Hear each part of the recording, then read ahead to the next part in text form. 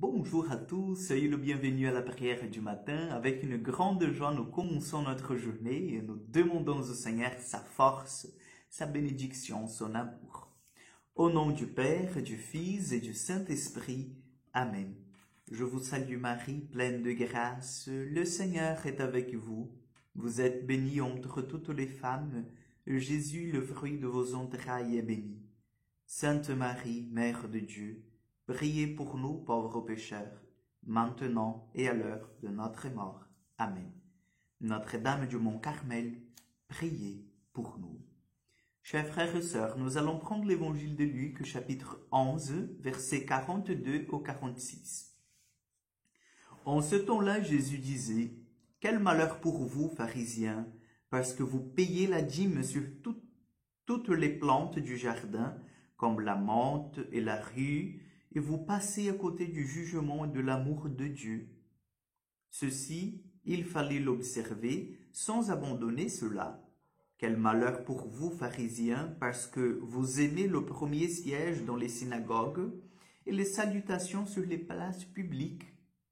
Quel malheur pour vous, parce que vous êtes comme ces tombeaux qu'on ne voit pas et sur lesquels on marche sans le savoir. » Alors un docteur de la loi prit la parole et lui dit, « Maître, en parlant ainsi, c'est nous aussi que tu insultes. » Jésus reprit, « Vous aussi, les docteurs de la loi, malheureux êtes-vous parce que vous chargez les gens de fardeaux impossibles à porter et vous-même, vous ne touchez même pas ces fardeaux d'un seul doigt. » Acclamons la parole de Dieu.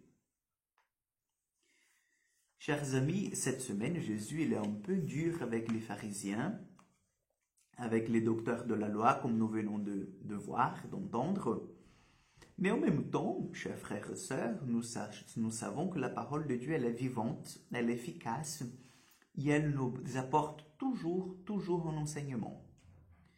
Aujourd'hui, qu'est-ce que nous pouvons apprendre avec ces deux leçons que Jésus applique aux pharisiens, aux docteurs de la loi? C'est que nous devons faire un effort, chers frères et sœurs, pour vivre selon les commandements du Seigneur. Sinon, nous allons toujours, chers frères et sœurs, être dans cette incohérence de notre foi et de nos actes. Et nous savons bien que dans l'Église catholique, lorsque nous connaissons le Seigneur, que nous devenons chrétiens, ben nous acceptons, nous entrons en fait dans ce domaine de la foi spirituelle, dans cet enseignement moral, mais nous incarnons, c'est-à-dire nous rendrons visible, tangible cet enseignement par notre témoignage. Donc, cela veut dire que si je suis chrétien, mon effort doit être pour être cohérent avec l'enseignement du Christ. Sinon, je serai en fait celui qui répète des choses. Et vous savez que même les perroquets, ils répètent des choses, n'est-ce pas? Donc, ils répètent ce qu'ils entendent. Ils ne savent pas ce qu'ils disent, ils n'ont aucune idée de ce qu'ils disent, mais ils répètent ce qu'ils entendent. Donc, ne soyons pas de chrétiens perroquets qui répètent parce que oui, j'ai entendu le prêtre dire, et puis c'est pour ça que j'arrive chez moi et je dis, mais que nos paroles soient accompagnées par des gestes, des actes concrets. Et là, nous allons, en fait, le monde verra que nous nous aimons. C'est comme ça que la première communauté de chrétiens était connue dans le monde entier. C'est parce que lorsque les gens les voyaient, ils disaient, mais oh là là, qu'est-ce que c'est beau, voyez comme ils s'aiment. Donc, voyez comme ils s'aiment.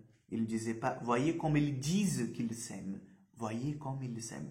Donc, demandons au Seigneur que nous puissions être cohérents dans notre témoignage, parce que la parole de Dieu, elle touche les cœurs, mais le témoignage, il convertit vraiment. Le Seigneur soit avec vous. Que Dieu Tout-Puissant vous bénisse et vous garde, le Père, le Fils et le Saint-Esprit. Amen. Que Dieu vous accompagne et à demain pour encore une prière du matin.